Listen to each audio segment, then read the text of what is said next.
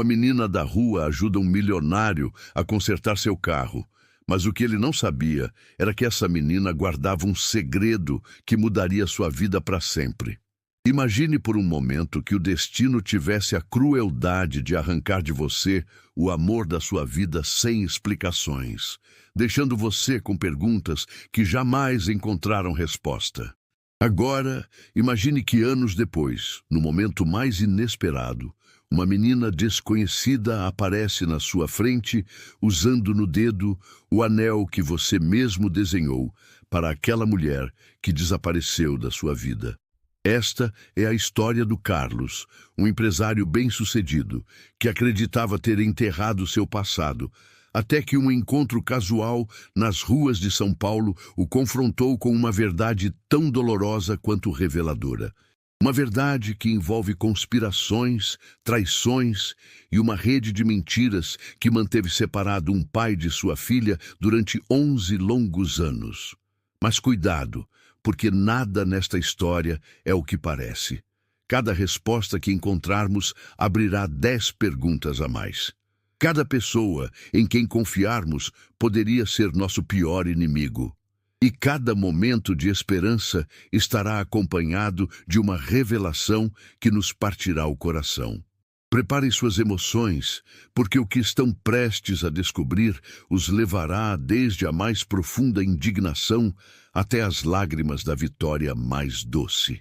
Esta é uma história sobre o poder do amor verdadeiro, sobre a justiça que às vezes demora, mas nunca falha, e sobre como o destino tem formas misteriosas de reparar o que o tempo e a maldade humana destruíram. A pergunta que os perseguirá desde o primeiro momento é simples, mas devastadora. Se você fosse o Carlos, quão longe estaria disposto a ir para recuperar o que nunca soube que tinha perdido? Aquela manhã, o sol batia forte no concreto quente da Zona Leste. O ar cheirava a gasolina, a pastel de feira e aquele desespero que só conhecem quem briga todo dia nas ruas de São Paulo. Carlos Ferreira dirigia sua Mercedes preta por uma rota que normalmente evitava, mas o trânsito da Marginal Tietê tinha obrigado ele a pegar essas ruas. Acabava de sair do cemitério da Consolação, onde, como todo domingo, deixava flores no túmulo da esposa. Era um ritual vazio, mas o acalmava. O motor começou a fazer um barulho estranho. Depois, a fumaça. "Não acredito", murmurou, encostando em frente a uma barraca de milho. O capô fumegava que nem panela de pressão. Desceu do carro, olhando o motor com a frustração de quem não está acostumado a ter as coisas falhando. Os sapatos italianos que usava custavam mais do que muitas famílias daquele bairro ganhavam em um mês. Entre a confusão de vendedores ambulantes e o barulho constante de buzina, uma voz clara chegou até ele. "Deu problema, né?" Virou. Era uma menina magrinha de uns 11 anos, com o cabelo bagunçado e descalça. Carregava uma caixa de papelão cheia de chicletes e doces. A roupa estava limpa, mas remendada, e tinha aqueles olhos espertos de quem aprendeu a se virar desde pequena. "Parece que esquentou o motor", continuou a menina sem vergonha. "Posso ajudar se quiser. Meu compadre Zé tem uma oficina aqui pertinho." Carlos olhou para ela surpreso. Não estava acostumado a ter uma menina de rua falando tão direto com ele. "Você entende de carro?" perguntou meio brincando. "Mais ou menos", respondeu ela com um sorriso que mostrava dentes tortos, mas sinceros. "Às vezes ajudo o seu Zé. É a mangueira do radiador. Tá frouxa, por isso vazou a água." Enquanto ela olhava o motor com conhecimento surpreendente, Carlos notou algo que fez ele parar na hora. Quando a menina levantou a mão para secar o suor da testa, viu um anel pequeno, dourado, com uma pedrinha azul no centro, um desenho muito particular, impossível de confundir. "Onde você conseguiu esse anel?" perguntou de repente com um tom estranho. A menina baixou a mão como se de repente tivesse ficado com medo. "Sempre tive. Minha mãe deixou para mim." O coração do Carlos começou a bater que nem bumbo de escola de samba. Esse anel ele tinha mandado fazer há mais de 12 anos, numa joalheria do shopping Iguatemi. Um desenho único, com uma inscrição por dentro que só ele e uma pessoa conheciam. Sua mãe como se chamava? Insistiu, tentando soar tranquilo, mas com a voz trêmula. A menina hesitou. Às vezes, mudava o nome da mãe quando estranhos perguntavam, mas algo no olhar desse senhor disse para ela que podia falar a verdade. Gabriela. Gabriela Ramírez. Carlos sentiu como se arrancassem o chão debaixo dos pés dele. Não podia ser coincidência. Não podia ser só um anel parecido, não depois de todos esses anos se perguntando o que tinha acontecido com ela. Você tem uma foto dela? Perguntou com a voz meio quebrada. A menina enfiou a mão na caixa e tirou uma foto velha, dobrada nas pontas. Era uma mulher sorrindo, cabelo comprido, olhos grandes, boca em formato de lua. Era ela. Carlos reconheceu na hora. Gabriela. A mulher que partiu seu coração sem avisar há tantos anos. A que desapareceu um dia, deixando só um bilhete que dizia: me desculpa, mas não posso ficar. Como você se chama, menina? Esperança. E o senhor? Carlos. As mãos dele tremiam enquanto segurava a foto. Esperança. Sua mãe. Ela não tá mais com você? Não, senhor. Morreu quando eu tinha 8 anos. Estava muito doente. Carlos fechou os olhos. Gabriela tinha morrido e ele não ficou sabendo. Não pôde se despedir. Não pôde dizer que tinha procurado ela. Não pôde saber por que foi embora. Com quem você mora agora? Com Dona Dolores? Com... Ela me cuida desde que minha mãe ficou doente. Dolores é sua família? Não, mas ela diz que agora eu pertenço a ela. Essa última palavra, pertenço, caiu como balde de água fria. Nenhuma criança pertence a ninguém desse jeito. Esperança, sua mãe alguma vez falou de alguém chamado Carlos? A menina olhou para ele com surpresa. Sim, às vezes dizia que conhecia um Carlos que era muito bom, que se um dia encontrasse ele, talvez as coisas fossem diferentes. O trânsito continuou fluindo, mas para o Carlos, o mundo tinha parado. Carlos não conseguiu dormir por 3 dias. As palavras da esperança ecoavam na cabeça dele como eco em igreja vazia. Tinha ficado com o número do celular dela e dado dinheiro suficiente para que não precisasse vender chiclete por uma semana. Mas isso não acalmava a tempestade no peito. Naquela manhã, do escritório dele na Faria Lima, ligou para o Rodrigo Santos, o melhor investigador particular que conhecia. Um ex-delegado que agora se dedicava a resolver casos que a polícia não podia ou não queria tocar. Preciso que encontre informação sobre uma mulher. Gabriela Ramírez Silva. Morreu há uns anos, mas não sei quando nem onde. 3 horas depois, Rodrigo ligou de volta. Chefe, encontrei o hospital onde a Gabriela morreu. Hospital das Clínicas. Mas isso tá muito estranho. Se encontraram numa lanchonete da Vila Madalena na mesma tarde. Rodrigo trouxe uma pasta grossa com documentos xerocados. Gabriela morreu há 5 anos no Hospital das Clínicas, começou Rodrigo, abrindo a pasta. Ficou internada 3 semanas antes de falecer. E ninguém me avisou, não tinha nenhum contato de emergência? Aqui tá o estranho. No prontuário dela aparece uma anotação assinada por alguém chamado Dolores Medina. Diz textualmente: a paciente não deseja que se contacte nenhum familiar, ex-companheiro ou conhecido para sua tranquilidade emocional. Carlos franziu a testa. Isso não parece a Gabriela. Ela nunca... Espera, tem mais. Falei com uma enfermeira que ainda trabalha lá. Me disse que Gabriela chegou muito mal, desnutrida, com sintomas de tuberculose avançada. Mas o que mais chamou a atenção dela é que uma mulher mais velha vinha todo dia visitar. Dolores? Exato. E segundo a enfermeira, não parecia uma visita carinhosa, mas parecia que estava vigiando. Gabriela ficava nervosa quando ela chegava. Carlos sentiu a garganta fechando. E o que aconteceu com a Esperança? Aí está o problema. Quando Gabriela morreu, essa tal Dolores se apresentou com um documento assinado supostamente pela Gabriela, cedendo a guarda da menina. O hospital lavou as mãos e entregou. Sem verificar nada? Nada. Uma menina sem certidão de nascimento, sem CPF, sem papéis, perfeita para sumir no sistema. Rodrigo fechou a pasta e olhou para o Carlos direto. Chefe, isso não foi casualidade. Alguém manteve a Gabriela isolada de propósito. A pergunta é, por que essa tal Dolores faria algo assim? No dia seguinte, Rodrigo tinha mais informação. Se encontraram no mesmo lugar, mas dessa vez o investigador trouxe fotos e uma expressão mais sombria. Encontrei a Dolores Medina, disse, colocando uma foto na frente dele. 62 anos, mora na Vila Prudente. E Carlos, isso é mais feio do que pensávamos. A foto mostrava uma mulher corpulenta, cabelo curto, grisalho e olhar duro.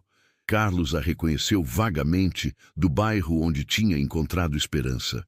Dolores tem antecedentes por uso de menores com fins econômicos, continuou Rodrigo.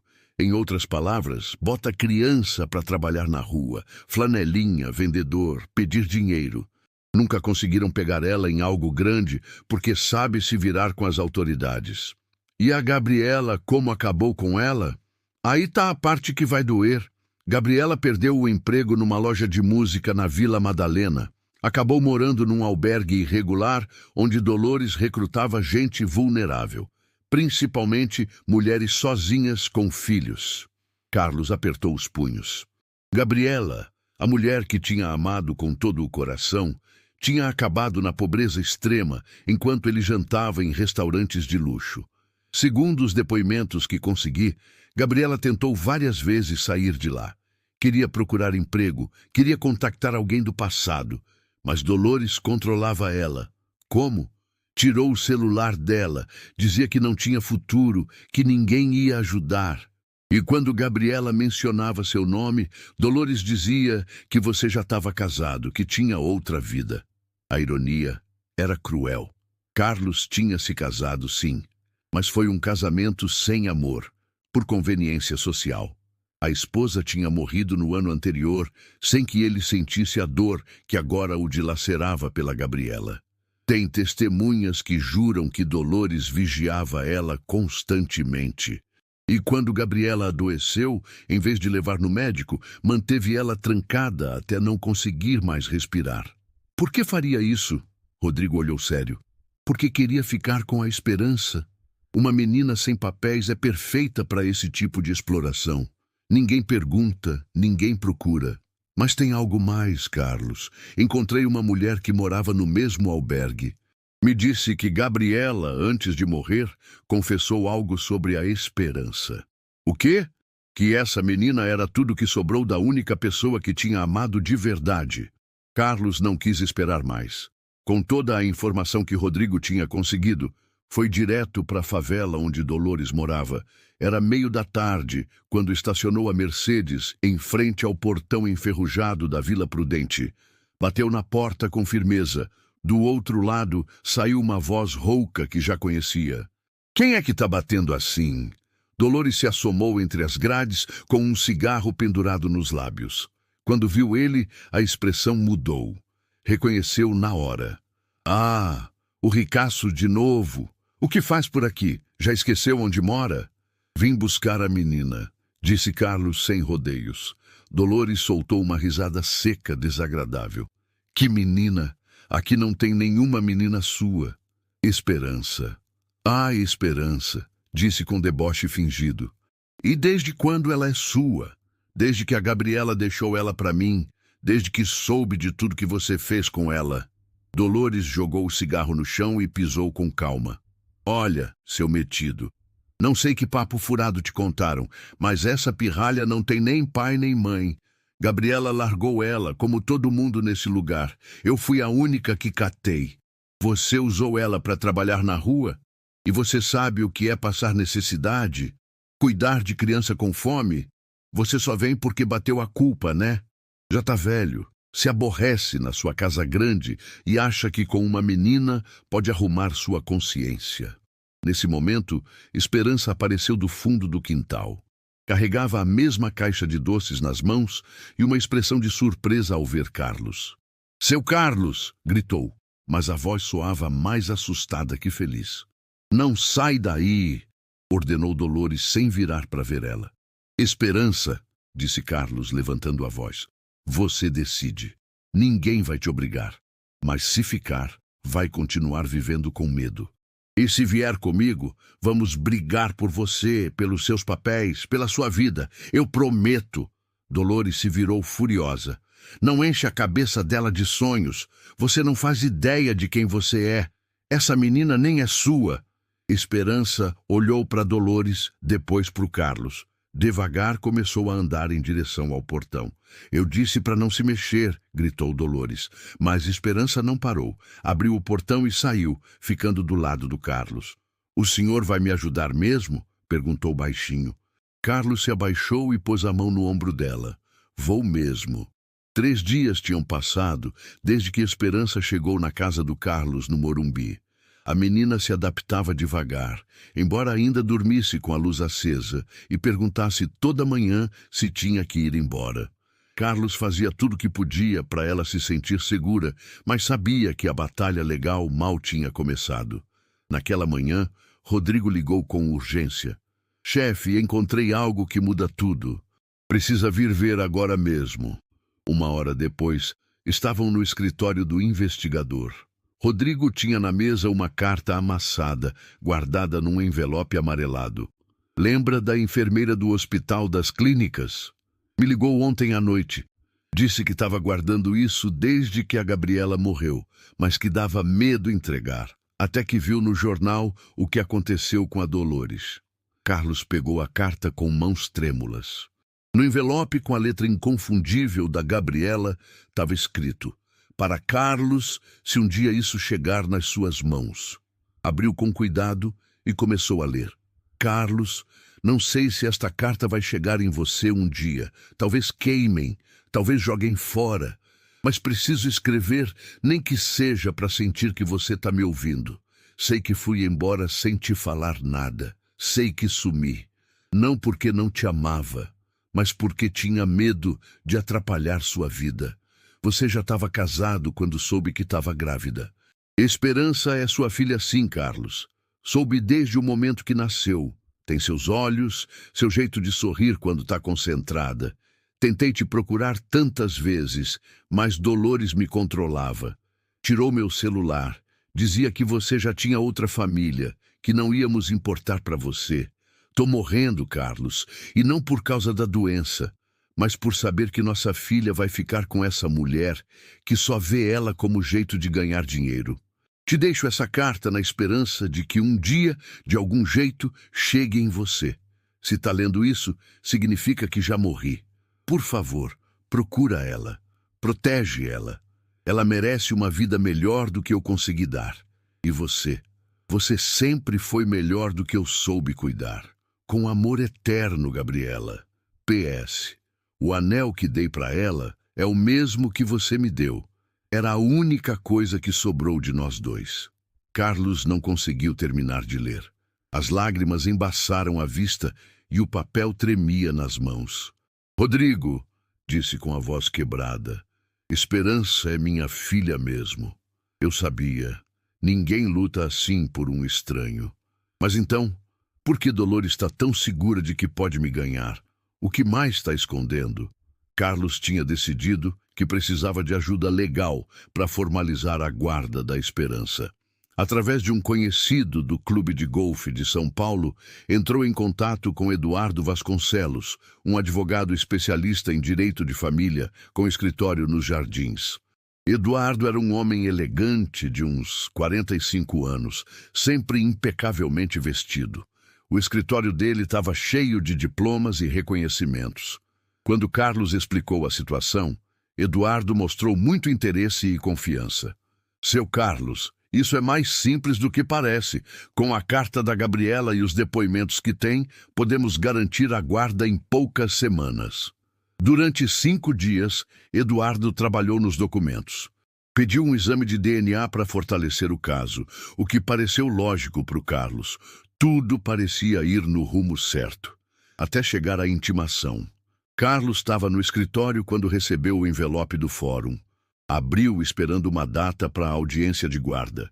Em vez disso, leu algo que deixou ele gelado. Ação por posse ilegal de menor. Requerente, Eduardo Vasconcelos, representando Dolores Medina. Ligou imediatamente para o celular do Eduardo. Tocou várias vezes antes dele atender. Eduardo? Que porra é essa? Carlos, precisamos conversar. Já estamos conversando, porque tem uma ação com seu nome. É complicado. Vem no meu escritório. 1 hora depois, Carlos estava na frente do Eduardo, que já não mostrava o sorriso amigável de antes. O exame de DNA deu negativo, Carlos. O quê? Não existe relação biológica entre você e a menina. Sinto muito. Carlos ficou mudo. Era impossível. A carta da Gabriela era clara. Isso tem que estar errado. Preciso de outro exame. Não, Carlos. O que você precisa é entender que está se obsessionando com uma fantasia. Essa menina não é sua. E então, por que você está representando a Dolores? Eduardo suspirou. Porque alguém tem que proteger essa menor de um homem que está claramente perturbado. Seu comportamento é preocupante. Meu comportamento? Você é meu advogado. Era seu advogado. Mas minha responsabilidade ética está com a verdade e com o bem-estar dessa menina. Carlos se levantou furioso. Eduardo, o que fizeram com você? Quanto te pagaram? Ninguém me pagou nada. Simplesmente abro os olhos quando é necessário. Isso não vai ficar assim. Carlos, você tem 48 horas para entregar a menor aos serviços de proteção infantil. Se não fizer, vai enfrentar acusações de sequestro. Carlos sabia que algo não batia. A traição do Eduardo era rápida demais, coordenada demais. Depois de conversar com Rodrigo, decidiram armar uma cilada. No dia seguinte, Carlos ligou para o Eduardo. Quero falar com você antes de entregar a esperança. Podemos evitar que isso vire um escândalo. Marcaram no restaurante do Hotel Copacabana Palace. Carlos chegou com um pequeno gravador que Rodrigo tinha dado, conectado ao celular. Eduardo apareceu confiante, até sorrindo. Fico feliz que tenha entrado na razão, Carlos. Entrar na razão? Eduardo, trabalhamos juntos em vários casos. Te considerava um amigo. E eu a você. Por isso quero que isso termine bem para todo mundo. Para todo mundo? Ou para você e a Dolores? Eduardo tomou um gole do uísque. Olha, Carlos, nesse negócio a gente aprende que amizade e negócios são coisas diferentes. Então isso é um negócio? Tudo é negócio. Você sabe melhor que ninguém. Carlos se inclinou para frente. Eduardo, há quanto tempo está planejando isso? Planejar o quê? Eu não planejei que você se obsessionasse com uma menina que não é sua. Mas planejou me destruir, né? Eduardo sorriu de lado. Carlos, você sempre foi muito ingênuo para os negócios grandes. Quando perder esse caso, quando sua reputação tiver arruinada, vai ter que vender sua empresa muito barato. E adivinha quem vai estar pronto para comprar? O sorriso do Eduardo se alargou. Digamos que tenho investidores interessados. Filho da puta, isso sempre foi pela empresa. Não só por isso. Também porque me cansei de te ver como o empresário de sucesso enquanto eu trabalhava para você como um funcionário qualquer. Já estava na hora de eu ser o chefe. E a Dolores também faz parte do seu plano? Dolores e eu nos entendemos. Ela precisava de proteção legal. Eu precisava que você caísse. Troca justa. Sabe que essa mulher explora crianças? Sei que é uma mulher que sobrevive como pode num país ferrado. Nem todo mundo pode nascer com fortuna, Carlos. Carlos apertou os punhos debaixo da mesa. Eduardo, você acabou de confessar tudo que eu precisava saber. Confessar o quê? Uma conversa entre amigos. Carlos sorriu pela primeira vez. Uma conversa gravada entre um golpista e a vítima dele. A cara do Eduardo mudou completamente.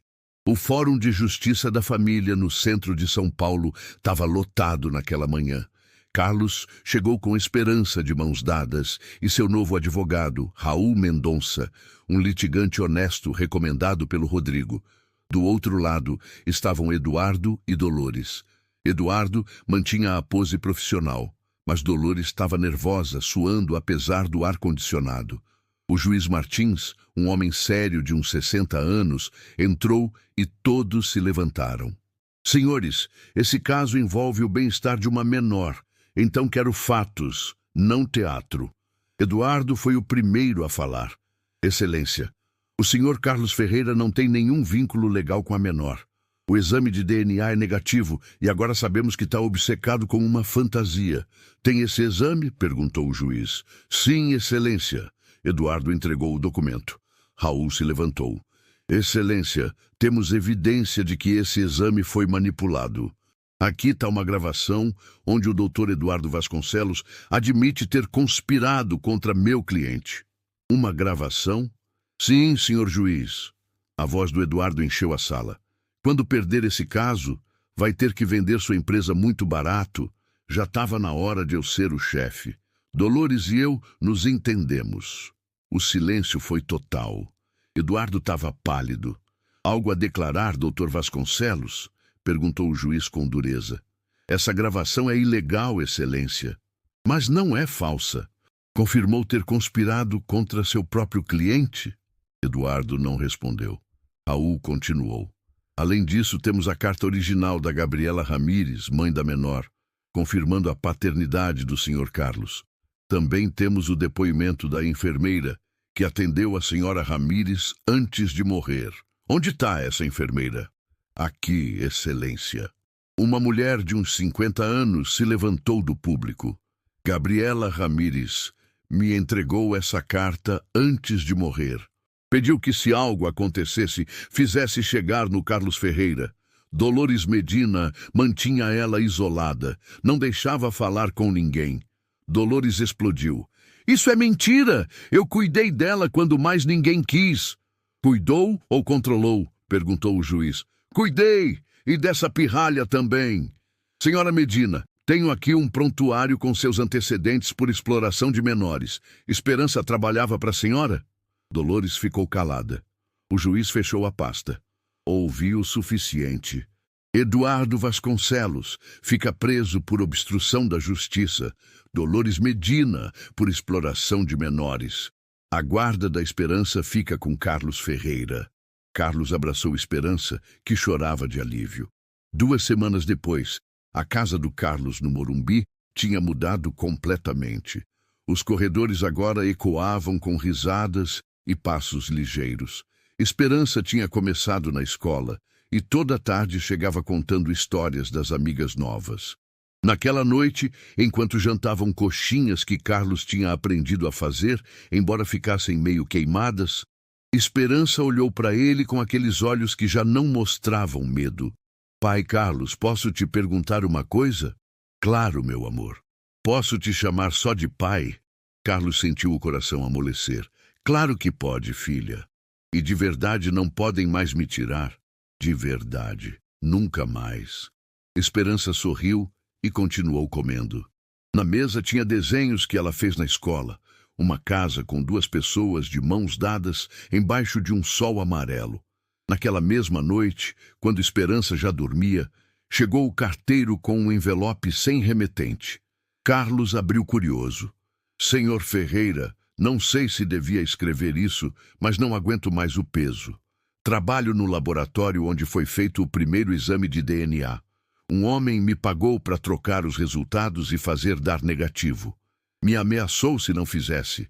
Quando vi no jornal tudo o que aconteceu, entendi que tinha separado um pai da filha. Não tenho como provar isso para o senhor, mas o primeiro exame era falso. Esperança é sua filha biológica, sim. Só queria que soubesse a verdade. Uma técnica arrependida. Carlos subiu para o quarto da Esperança. Encontrou ela dormindo abraçada com o ursinho de pelúcia que tinha dado de presente. Sentou na beirada da cama e fez carinho no cabelo dela. Minha menina, sussurrou, não importa o que digam os exames ou os papéis. Você é minha filha porque nós 2 decidimos assim, porque sua mãe nos conectou, porque amor não precisa de certidão. Fechou os olhos e pela primeira vez em anos sentiu que estava completo. No dia seguinte, Esperança acordou cedo e correu para a cozinha, onde Carlos preparava o café. Bom dia, pai. Bom dia, meu amor. Dormiu bem? Sim. Sonhei com minha mãe Gabriela. Ela disse que estava feliz, porque não estou mais sozinha. Carlos abraçou ela forte. Nunca mais vai ficar sozinha, Esperança. Eu prometo. E nessa promessa, selada com lágrimas de felicidade, começou uma história nova. Uma onde o amor verdadeiro sempre encontra um jeito de vencer.